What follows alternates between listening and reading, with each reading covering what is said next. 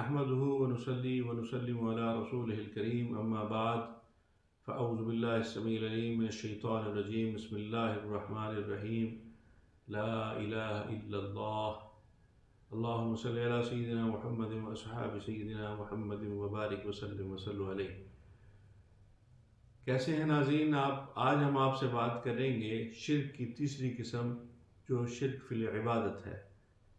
تو ہمارا جو بنیادی کلمہ ہے جس کو ہم دائرہ اسلام میں داخل ہونے کے لیے پڑھتے ہیں وہ ہے لا الہ الا اللہ، کہ اللہ کے سوا کوئی معبود نہیں ہے۔ لا نہیں ہے، الہ کوئی معبود، الا اللہ مگر اللہ۔ یہ عرب کا ایک اسلوب ہے، ایک طریقہ کار ہے کہ وہاں پہلے نفی کی جاتی ہے، پھر جس کا اس بات کرنا ہو تو الا اللہ کے ساتھ اس کا اس بات ہو جاتا ہے۔ تو خیر یہ ذکر نفی اسبات کا بھی بہت بڑا ورد ہے لا الہ الا اللہ، اور اس کے بارے میں انشاءاللہ پھر کسی وقت بات کریں گے۔ فی الحال ہمارا جو موضوع ہے جو چل رہا ہے، جس میں ہم نے پہلے شرک کے بارے میں مختصر گفتگو کی کہ شرک جو ہے وہ سب سے بڑا ظلم ہے، شرک ظلم عظیم ہے، اور اس کی پھر اقسام کے بارے میں بات کی جس میں تین قسمیں اس کی بتائی گئیں کہ پہلی قسم ہے شرک فی الذات، کہ اللہ رب العالمین کی ذات میں اس کے وجود کے حوالے سے کسی مخلوق کو، کسی اور کو اس کے وجود کا حصہ سمجھنا،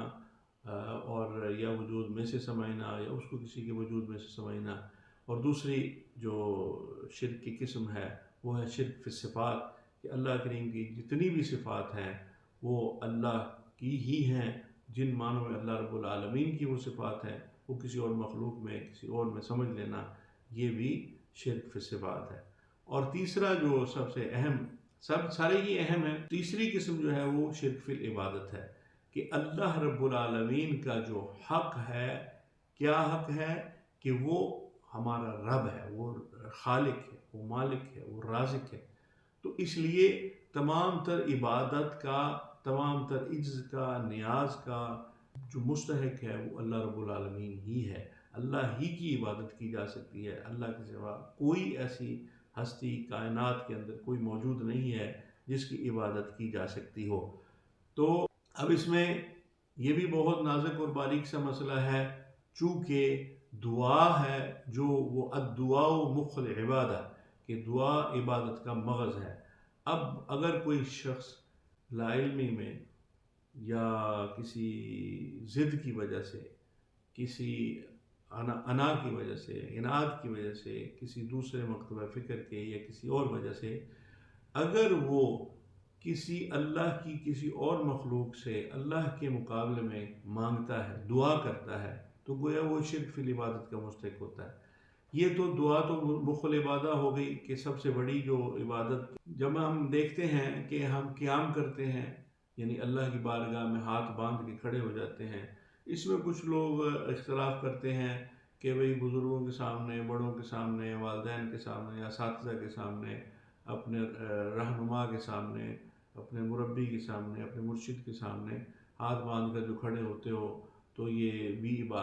بھی شرک ہے۔ تو یہ ایسی کوئی بات نہیں ہوتی، ہر بات میں ہر شخص کی نیت کا اس کے اندر تعلق ہوتا ہے، ادب اور احترام سے شرک لازم نہیں آتا۔ اور اسی طرح اچھا جو حضرات ہمارے جو مالکی حضرات ہیں یا جو دوسرے اہل تشیع ہیں وہ تو ہاتھ باندھتے ہی نہیں، یا عباسی جو ہیں، تو پھر کیا ان کا وہ ادب کیا؟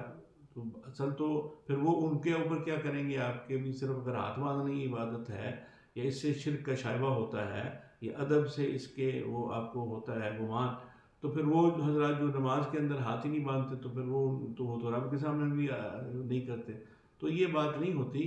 ہر کام کے پیچھے اس کی نیت کا دار و مدار ہوتا ہے۔ تو اسی طرح دوسرا جو اب رکوع ہے، ہاں رکوع جو ہے بالکل اللہ کے سوا کسی کے سامنے رکوع نہیں کیا جا سکتا۔ کھڑا تو انسان ہوتا ہی ہے، نارمل کنڈیشن ہوتی ہے، اس میں ہاتھ باندھ کے کسی سامنے کھڑا ہو گیا، یہ ادب سے یہ سر تھوڑا نیچے کر کے یا کندھے جھکا کے، جیسے اللہ تعالیٰ والدین کے بارے میں فرماتا ہے وَخْفِضْ لَهُمَا جَنَاحَ الذُّلِّ، کہ اپنے والدین کے سامنے اپنے کندھوں کو جھکا دو۔ تو والدین کے سامنے ادب کا حکم دیتا ہے، تو اس کا مطلب ہے اپنے اساتذہ، اپنے بزرگوں، اپنے بڑوں، اپنے جو جتنے بھی ان کا ادب کرتے ہوئے اگر کندھوں کو جھکا لیا جائے یا تھوڑا ایسے کر لیا جائے تو یہ شرک کے زمرے میں نہیں آتا۔ اسی طرح اگر باقاعدہ جیسے رکوع کورنش جو بجا لاتے تھے بادشاہوں کے دربار میں، وہ بہرحال اس کے پیچھے اگرچہ نیت ان کی نہیں ہوتی تھی لیکن ایسی حیت بہرحال وہ بن جاتی تھی جو خالص عبادت۔ اور پھر اس کے بعد اس سے بھی بڑا جو کام ہے وہ ہے سجدہ، سر جو ہے اس کو کسی کے سامنے زمین پر ٹیک دینا، یہ شرک کی یہ عبادت۔ اس میں اگرچہ نیت نہ بھی ہو کہ بھئی میں کسی کی عبادت کی نیت سے اس کے سامنے کوئی شخص ایسے کرتا ہے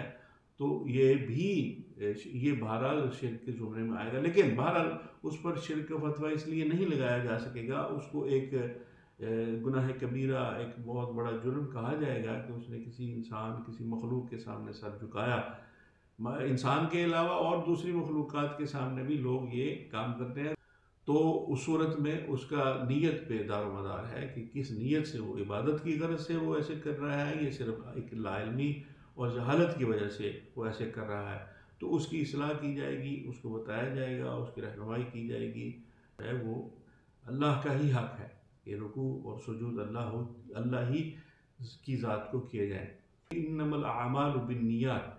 بخاری شریف کی حدیث ہے، ابتدائی پہلی حدیث ہے کہ ہر عمل کا جو دار و مدار ہے وہ آپ کی نیت پر ہے۔ ایک آپ کی نیت ہے کہ آپ نیتاً سمجھتے ہیں کہ کسی کے سامنے رکوع سجود کر کے کہ یہ ایک ایسی ہستی ہے، ایسی ذات ہے جس سے مجھے یہ سارے فائدے نقصان میری وابستہ ہیں، تو پھر تو وہ شرک ہوگا۔ اور اگر اس کی نیت یہ نہیں ہے اور وہ اللہ ہی کو رب مانتا ہے تو اس کے اس جو فعل ہے، اس کی کوتاہی ہے، اس کی غلطی ہے اور جو شدید قسم کی غلطی ہے، اس کے بارے میں اس کی اصلاح کرنی چاہیے، نہ کہ اس کے اوپر شرک کے فتوے لگا کر اور اس کو دائرہ اسلام سے خارج کرنے کی کوشش کرنی چاہیے۔ یہ ایک عملی کوتاہی ہو سکتی ہے اور اس کی وجہ جہالت ہے۔ اگر ضد ہے، انا ہے